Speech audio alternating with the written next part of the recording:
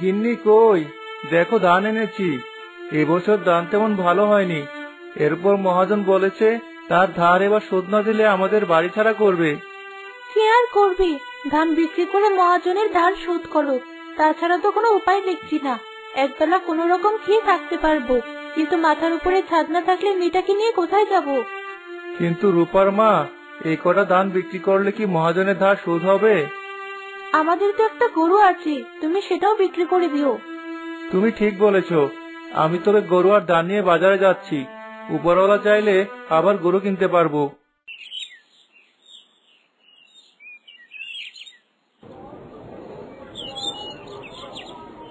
মহাজনের টাকা তো শোধ হয়ে বেশ কিছু টাকা বেঁচে থাকবে। ওই তো ওখানে ভালো ভালো মুরগি বিক্রি করছে।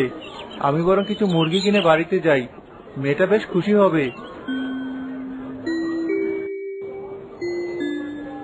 জি ভাই, আমার মুরগি খুব ভালো। আমি নিজে দেখে এনেছি, মুরগির জাত অনেক ভালো। একবার ডিম দিতে শুরু করলে আপনার ঘর থেকে ডিম ফুরাবে না। তবে আমাকে 10টা মুরগি দিন দেখি। একসাথে এত মুরগি দেখলে মেয়েটা বেশ খুশি হবে। দেখছি ভাই।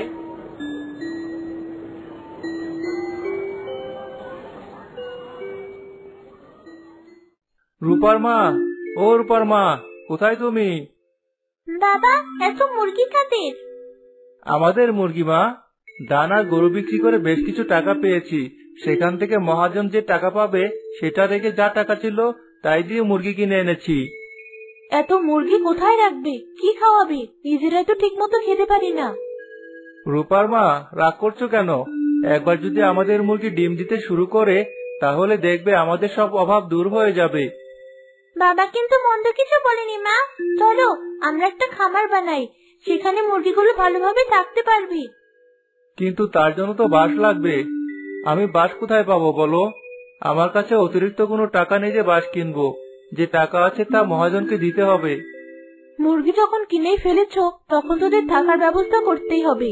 আমার কাছে কিছু টাকা আছে, লিমা ভাবির বাড়িতে কাজ করেছিলাম বলে দিয়েছিল। তুমি সেটা নিয়ে বাঁশ কিনে আনো। ঠিক আছে রূপার মা, আমি মহাজনের টাকা শোধ দিয়ে আসার পথে বাঁশ কিনে আনবো। মা রূপা, মুরগিগুলোর খিদে পেয়েছে, একটু খেতে দে। ঠিক আছে। দেখো রূপার মা, কেমন খাচ্ছে মুরগিগুলো। এমন খেলে তো খুব তাড়াতাড়ি বড় হয়ে যাবে। যাই হোক, আমি মহাজনের বাড়ি যাচ্ছি, তোমরা মুরগির খেয়াল রেখো।